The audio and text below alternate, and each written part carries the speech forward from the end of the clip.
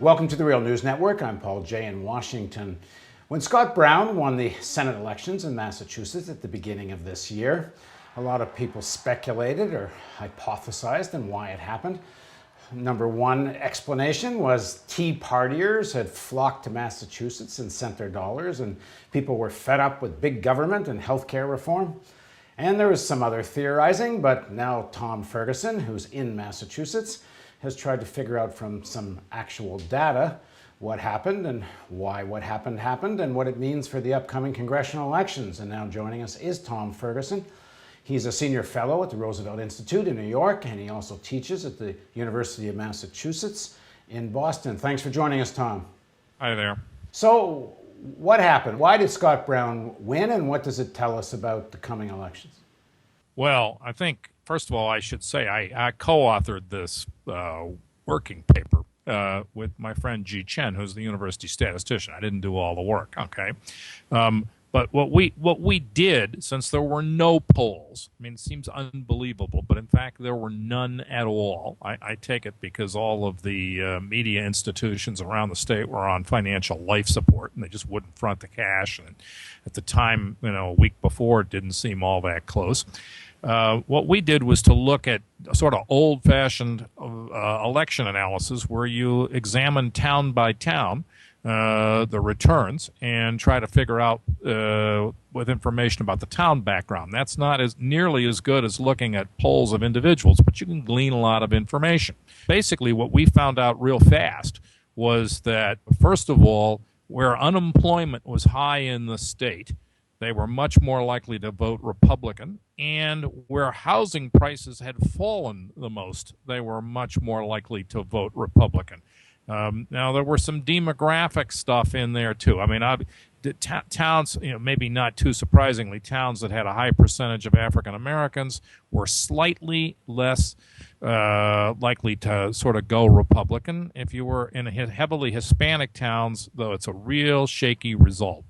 They were maybe slightly more likely to go Republican. It's not an enormous effect. I mean, the stories are basically housing prices and unemployment as things that are driving that outcome. What that says to me is that, after a year in office, basically, the Democrats, who after all controlled the presidency in both houses of Congress and did so by very large majorities, in historical terms, they hadn't done nearly enough. They have effectively owned the recession now.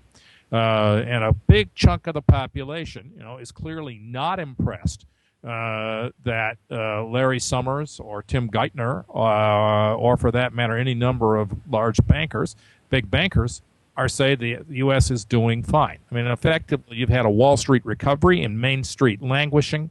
Unemployment's barely budged, and they are effectively just voting against the folks in power. Now, Tom, in your report, you also found that in the same instances of high unemployment or housing crisis issues, that a lot of people just stayed home. It wasn't that they voted for Republicans. So what was the break in terms of how many voted Republican versus how many traditionally Democratic working class areas simply didn't vote at all? What you discover is in the poorer towns, the ones that are less affluent, the voters turned out much less, meaning they fell a lot more. From the drop in turnout was much steeper in the poor towns than in affluent towns.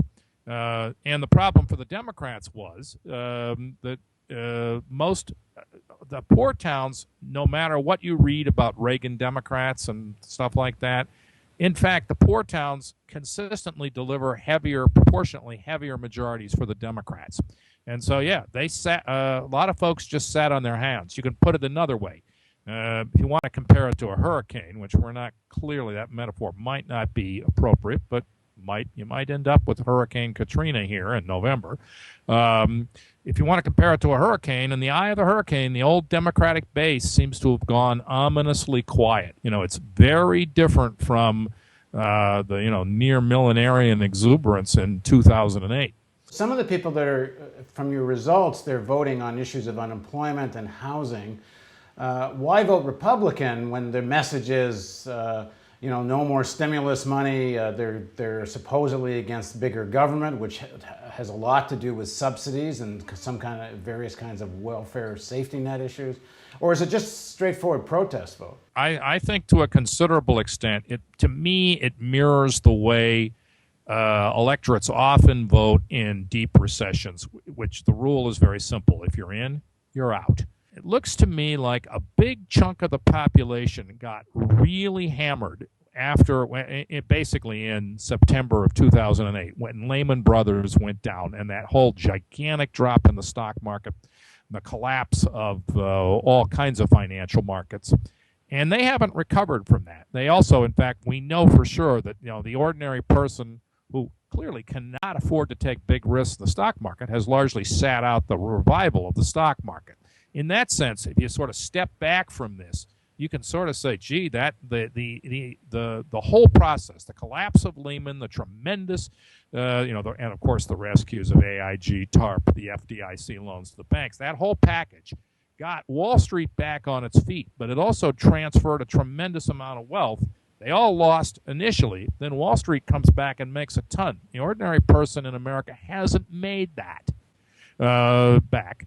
And, my take is that's probably very threatening to folks' retirement. I think it probably interacts with age. When you read interviewers with Tea Party people, what I see coming out of those, waving some Alice in Wonderland stuff and on the edges, as Frank Rich and others have said, I mean, there's some really nasty and sometimes violent people in that. But, I don't think that's basically, at least not now, what the Tea Party folks are basically about. They've been wiped out. And they're really afraid. And given the way the Obama administration did not move vigorously on unemployment, the reputation of government able to solve anything has taken a big dive. And so from their standpoint, even a program like healthcare is, they're afraid of the tax liability, I think. Tom, your report explains there's some quite contradictory information.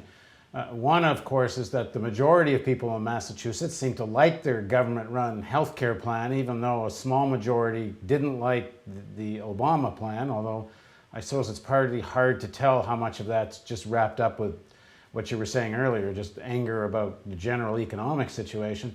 But there was another kind of anomaly of sorts, which is you point out in your report that a significant amount of money went to Brown from Wall Street. Look, a tidal wave of cash came into Brown in the last couple weeks of the campaign. Really a lot. So a significant amount of money goes to Brown from Wall Street, except one of the reasons people are apparently voting for Brown is because they're angry about the bailout of Wall Street.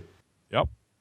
It's a great system, isn't it? That's democracy in action. So what does this say about the coming elections? Because you've got a large section of the American working class that's at the core, one of the core constituencies for the Democratic Party.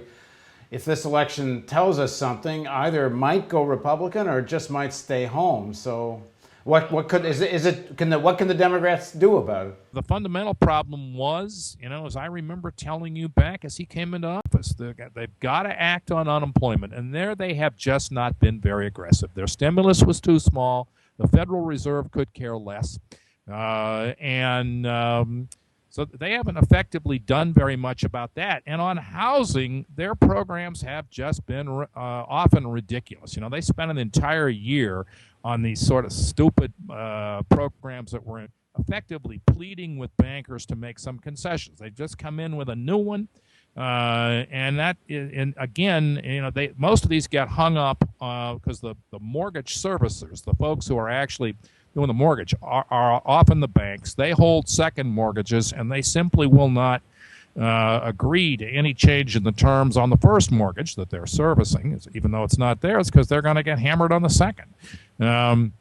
And so, the administration has just done very little on housing, and almost everybody agrees, you might get a slight economic improvement between now and the election, though nobody expects the jobless rate to drop under 9%.